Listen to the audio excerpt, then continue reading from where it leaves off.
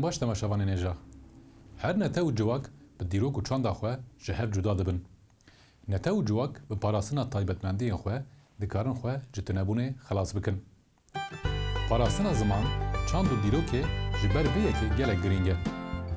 Rojhilata navîn ji aliyê çandê ve gelek dewlemend e. Yek jî çanda herî kevna ya civakên rojhilata navîn jî Newroz e. Newroz, bi nav civaka rojhilata navîn de wek hatina buharê û vejînê tê pîrozkirin.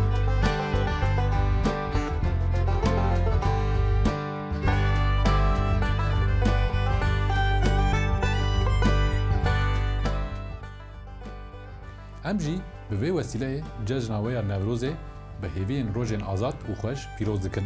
Lê werin em bi hev re binêrin ka Newroz ji bo Kurdan tê çi wateyê. Newroza ku Kurd pîroz dikin, wateya xwe ji destana kawayê hezînkar digire. Peyva Newrozê cara yekem di pirtûka Zend Awestaya Zerdeştiyan de derbas dibe. Di Zend Awestayê de navê Dehaqê ku destana Newrozê de xwediyek kesiyetek neyînî ye, wek hebûnekî tarî û şeytanî derbas dibe. Dehaq bi nexweşiyekê xedar dikeve. Di ser milên wî de birînên wek du maran derdikevin. Bijîşkên wî jê re dibêjin ji bo vê nexweşiyê pêwîstiya te bi mejiyê tezeyê ciwanên nû gihîştî heye. Li ser vê yekê Dehaq fermanê da leşkerên xwe da ku her roj ji bo birînên li ser milên wî mejiyên ciwanên nû gihîştî bînin. Bi qurbankirina ciwanan êdî gel neçar dimîne ku ji bo xwe ji vê xizextê xelas bike, rêyekê bibîne. Kawa ji ber ku hesinkar e ji bo gel her roj çekan amade dike. Bi van çekan ciwanên ku zilma Dehaq reviyane û xwe di şikeftan da veşartine, xwe bi rêxistin dikin. Di encamê de dema ku leşkerên Dehaq diçin ku kurê Kawayê mayî bibin ji kral ra bikin qurban, Kawa ji wan ra dibêje hûn herin ez ê kurê xwe bînim bi destê xwe ji qiralê xwe ra bikim qurban. Dema ku Kawa tevê kurê xwe û çakûçê ku ji xwe re amade kiriye dikeve hundir, Dehaq wan bi kêfxweşî pêşwazî dike. Kawa serê kurê xwe datîne ber piyê qiral û çakûçê xwe şûna ku li serê kurê xwe bixe, serê Dehaq dixe. Bi vî awayî civak Dehaqê zilimkar xelas dibe. Ji wê rojê pêda Newroz wek roja nû û sersala vejînê tê pîrozkirin. Peyva Newroz tevî hemû guhertinên etîmolojîk jî di zarabayên Kurdî yên dimilkî, kurmancî û soranî de ji peyvên nû, new, newe, roz, roj, roj pêk hatiye. Peyva new di çand û zimanên arî da maneya newe, new, newî, nû, nih, nûh dide.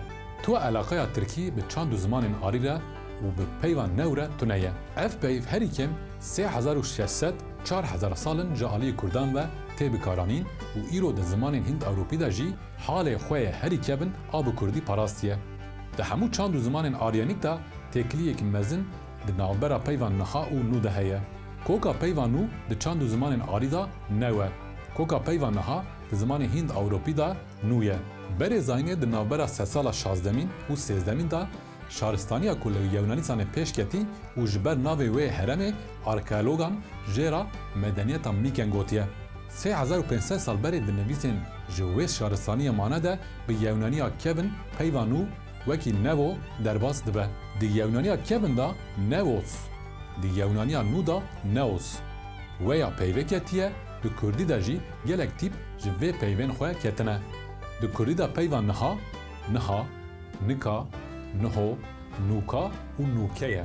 Peyva new di hemû çand û zimanên malbata arî da koka peyva nû xwe diparêze. Di Yewnaniya kevin nin, di Latînî de nunc, di Gotikî da Old Norse, Danimarkî, Swêdî, İngilîzya kevin da nû. İngilîzya navîn da noy, no, di İngilîzya modern da no. Di Sankritî de jî peyva nû xwe wek nû û nûman diparêze. Belê temaşavanê nêja. Em hatin dawiya bernameya xwe. Newroz pîroz be, Newroz pîroz bo, Newroztan pîroz bet.